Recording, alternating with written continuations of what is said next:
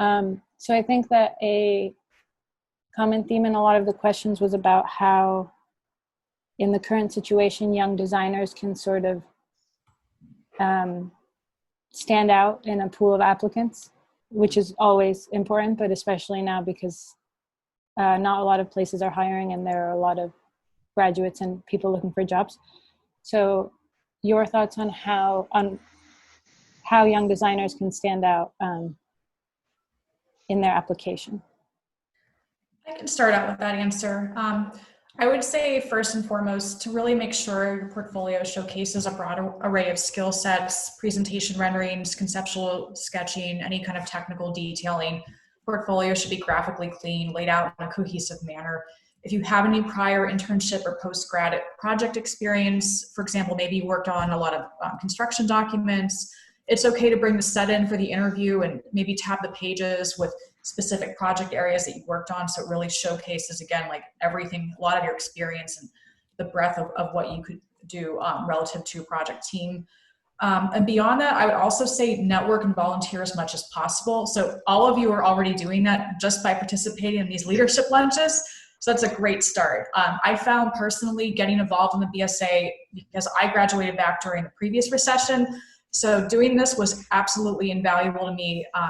So becoming a leadership chair in a BSA network committee, not only, it helped to grow my mentoring and leadership, networking, all those things, even basic project management skills outside the parameters of a traditional firm. So that's always important. It's also great to showcase related interests beyond formal architectural schooling. For example, in our office, one of our project designers, he's a professional artist.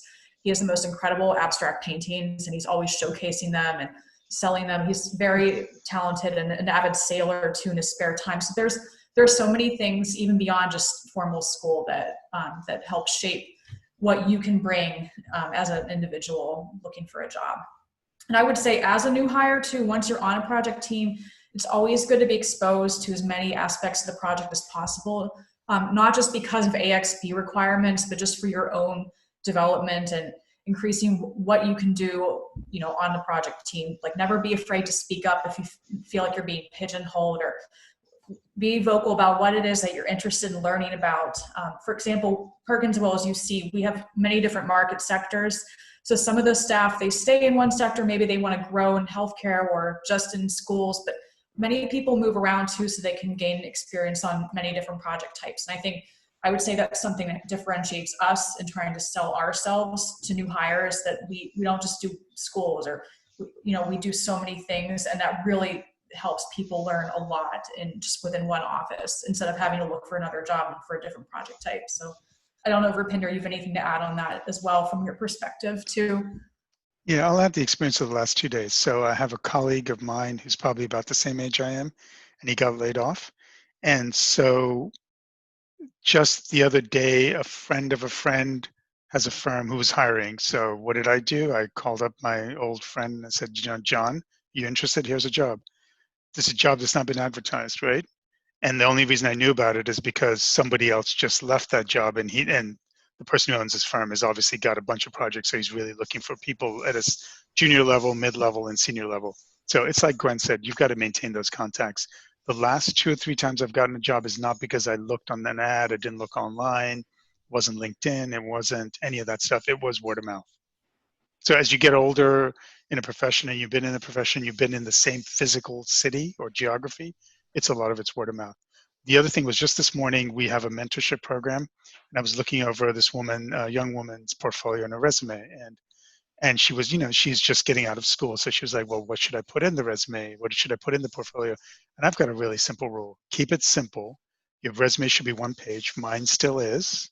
Wow. 1 page, right? And I mean, I've got a longer one if someone really wants to be bored by my stuff, but honestly, it's 1 page. Wow. That's all you really need to know, because it's like a first date. You just need to have someone say, yep, I agree to go out with you, so then we can talk about, you can get to know me more, right? Just think of it in that route. You've got to get past that initial sort of marker.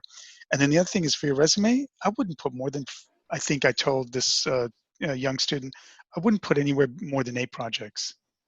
I would put maybe 5 at the least and 8 at the most, and just split them up kind of. If you've got work experience, maybe 1 or 2 of those are work experience projects. one of them may be one of your initial projects if you were in school, like one of the first ones that you really felt excited about. One is kind of like your bigger project, your thesis, or something at the culmination of your schooling. And then one or two other fun ones, but never do more than that. And then I tried to remember back to when I interviewed at Perkins. Well, I think I showed 5 projects. I think that's all I showed. The last one I worked on because it was significant. The first one I worked on because it was kind of the one where the first major project where I really like had to take care of the whole project by myself, and you feel like you really learn a lot because you're like, oh crap, if this doesn't work, something's falling down and someone's getting sued and I'm going to be in big trouble. So that kind of pressure makes you really like focus on something. And then like 3 projects in between that kind of showed a trajectory. So those would be I mean, like Gwen said, keep your contacts, maintain your contacts, have your resume and your portfolio ready, and just keep it simple and clean. Don't try to overthink it and overdo it. That's great. That's really helpful advice.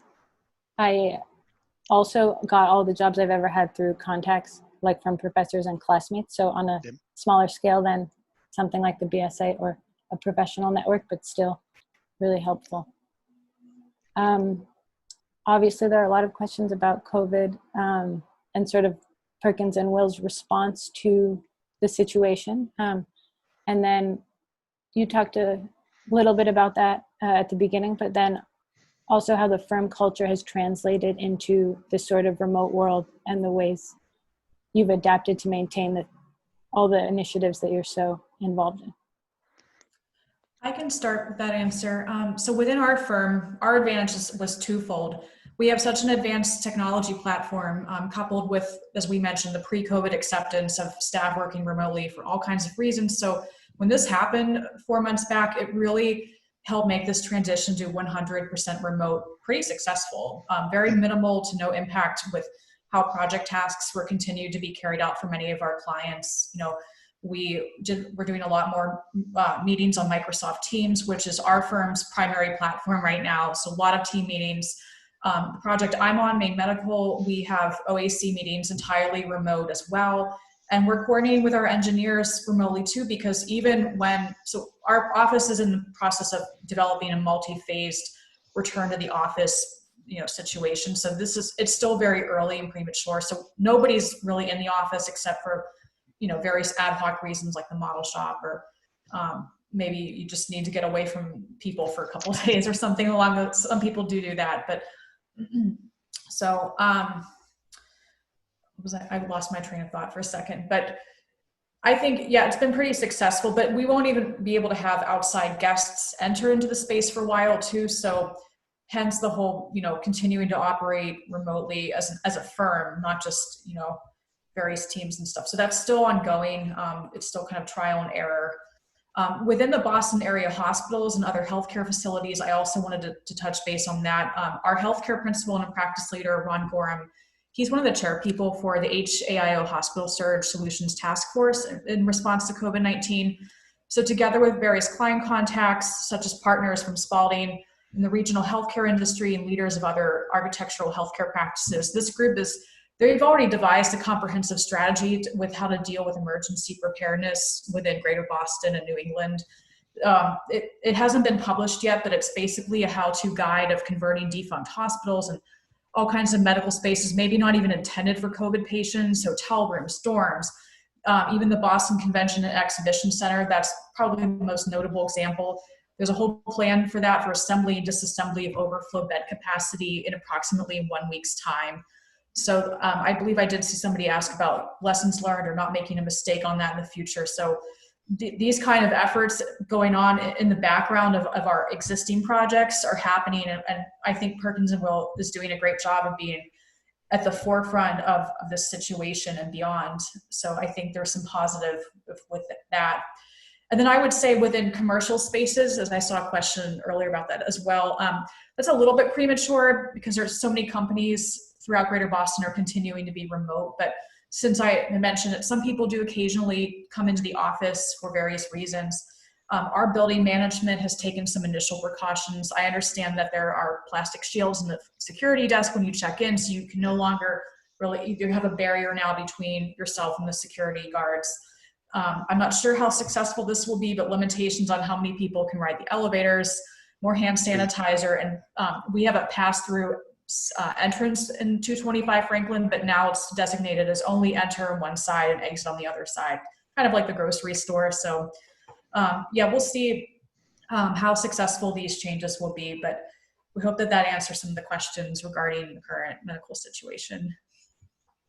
Yeah, if I could add on to it, I think there's been a couple of things. If on the COVID side versus the technology side, so before the lockdown happened, our IT department really in the background ramped up where they basically boosted capacity, right? So how to get teams sort of beefed up so that you can have multiple conference calls going on, the bandwidth issue. There were some issues with people. So some people have said, look, my internet at home is not great. I just don't have the best internet.